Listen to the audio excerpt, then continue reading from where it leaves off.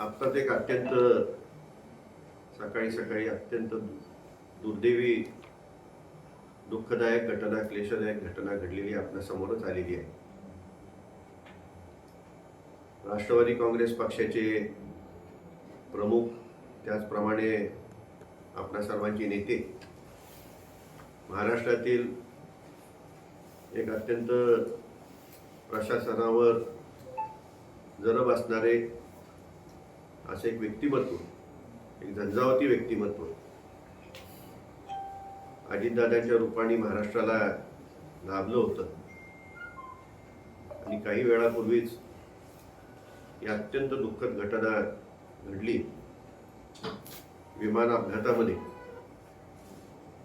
आदरणीय अजितदादांचा त्या ठिकाणी निधन झाल्याची वार्ता समजली आणि मनाला अत्यंत दुःख झालं.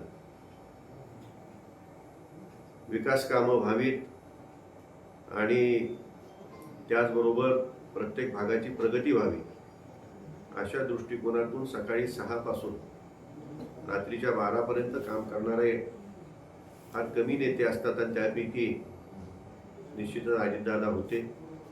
सर्वांना वेळ देणारा नेता, कार्यकर्त्यांच्या पाठीशी उभा राहणारा नेता असा त्यांचा लौकिकच होता. आज दुर्दैवाने ते आपल्यामध्ये नाहीत. ही केवळ त्यांच्या कुटुंबाचीच नव्हे, पक्षाचीच नव्हे, तर संपूर्ण महाराष्ट्राची फार मोठी हानी झालेली आहे.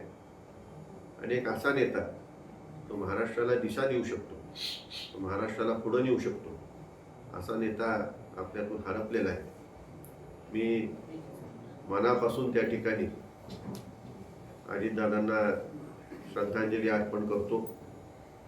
आणि त्याचबरोबर जिल्हा परिषद पंचायत समितीच्या निवडणुकाही सुरू आहे, पण माझी सर्वच कार्यकर्त्यांना विनंती राहील की आपण आपला प्रचार आजच्या दिवशी तरी आपण पूर्णपणे थांबवावा. त्या ठिकाणी आपले जे काही कार्यक्रम असतील ते सर्व कार्यक्रम, सर्व सभा आपण थांबवाव्यात आणि त्या ठिकाणी आपण सर्वांनी मिळूनच आपल्या या नेत्याला आदरांजली आणि श्रद्धांजली व्यक्त करावी अशी मी या ठिकाणी विनंती करत आहे. मी अजितदादांना मनापासून या ठिकाणी श्रद्धांजली अर्पण करतो.